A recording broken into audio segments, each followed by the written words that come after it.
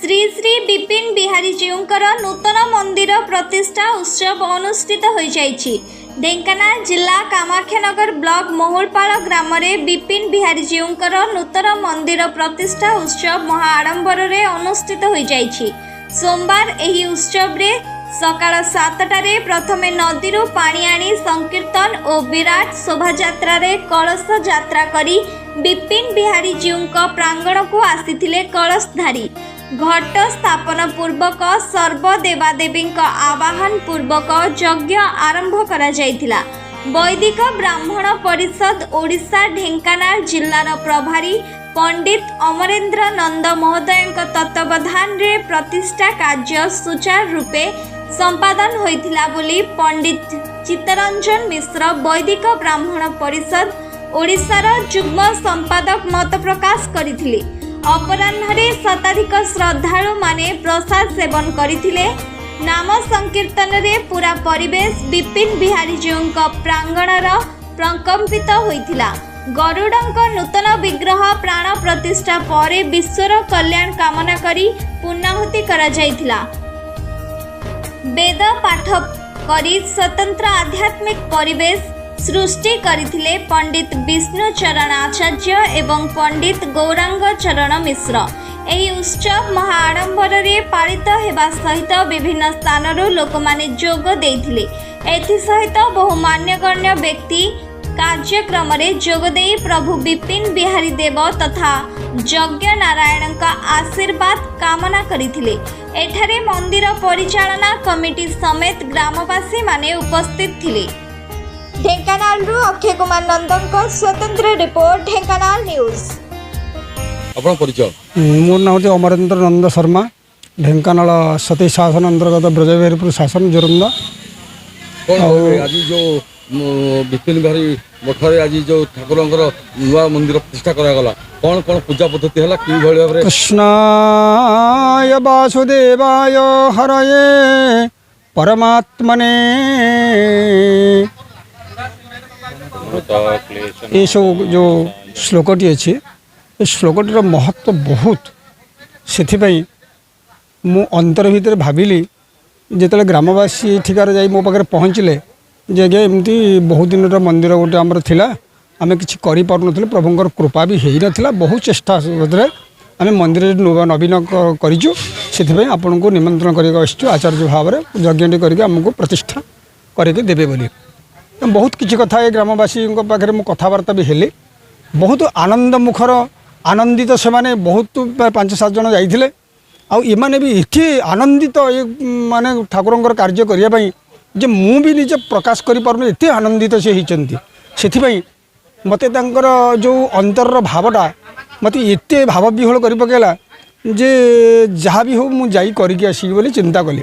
प्रभुंकर आशीर्वाद हैला आउ प्रभुंकर निवेदन मो प्रति जेहेतु ग्रामवासी मुख्य कहले से मु प्रतिश्रुति देली करिया पे आउ जो दिन ठू आमर है आरंभ 2-3 दिन है या भितर आमे प्रथम दिन जलयात्रा कलु काली ठाकुरंकर अधिवास है ठाकुरंकर व्रणभंग है धान्यादिवास होती जो आम कहूचे जे गर्भ भितर ठाकुर रहिले बोले गर्भाधान बोली कहुए ताकू ठाकुर काली कराई आउ तापर मध्य अन्नाधिवास होती पुष्पादिवास होती धूपादिवास होती द्वादश अधिवास परे ठाकुर आज जीवन्यास हो महास्नान हो जीवन्यास पर एठी आसिक वेदी उपर स्थापन होती तांकर समस्त प्रकार होम जाग यज्ञ सरी आम एबे नीलचक्र आउ देवी चक्रेश्वरी विराजमान कर देउल उपर से गले भारी वर्तमान प्रभु विराजमान करेंगे मंदिर भितर यहाँ सुसमाहित करने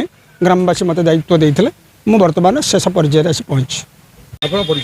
पंडित चित्तरंजन मिश्र ओडिशा वैदिक ब्राह्मण परिषद जुग्म संपादक पुरी काकड़पुर।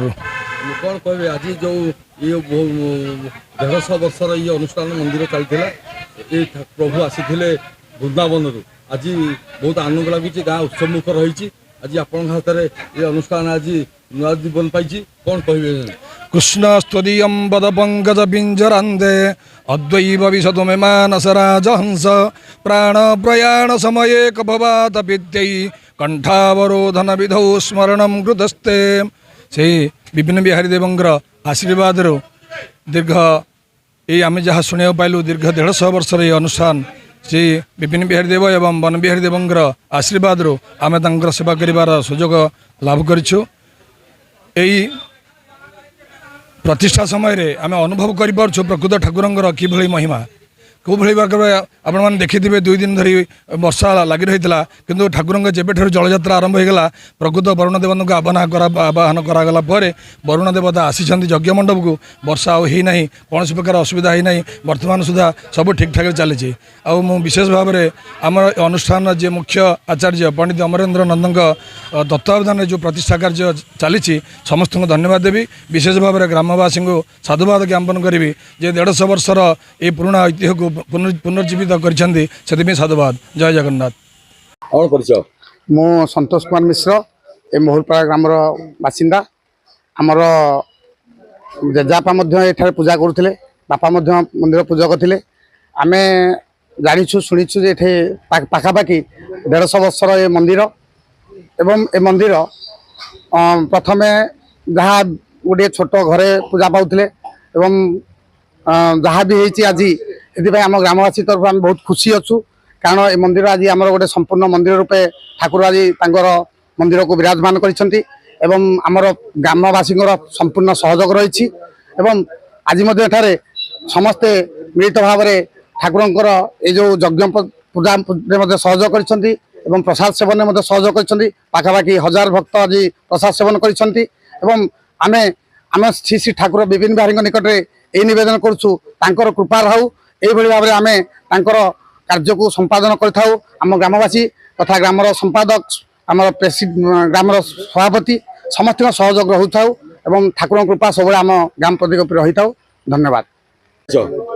मो निर्मल चंद्र सासमल विपिन बिहारी सभापति विपिन बिहारी ट्रस्ट बोर्ड सभापति तथा ग्राम संगठन कमिटी सेक्रेटरी अटे। मत दायित्व 18 मसीह दिखाई 18 मसीह दायित्व दिखाई एवं हूँ जहाँ कार्यकारी करा तो आगुरी कही मागी जाचिक सब जिन कराऊे अवहेलित बहुत अवस्था थिला एटा आम जानचे राजुड़ा आमर गुणवंती पट्टनायक से जगह दान करथिले आ देवत्र नेला पर सब अवहेलित असुविधा रही ग्रामवासी मान सहयोग एति बाट आगे आज जो मंदिर प्रतिष्ठा हला कौन कहिबे केते खुशी अछनी? मंदिर प्रतिष्ठा हला गाँववासी बहुत खुशी अछंती मतलब सहयोग जो आज संभव हो पारि सब जिनस आज जो मंदिर प्रतिष्ठा हला देवत्र विभाग पक्ष विषय जानछि जानना मंदिर सूचना किसी अच्छी? हाँ आगुरी जन देथिले।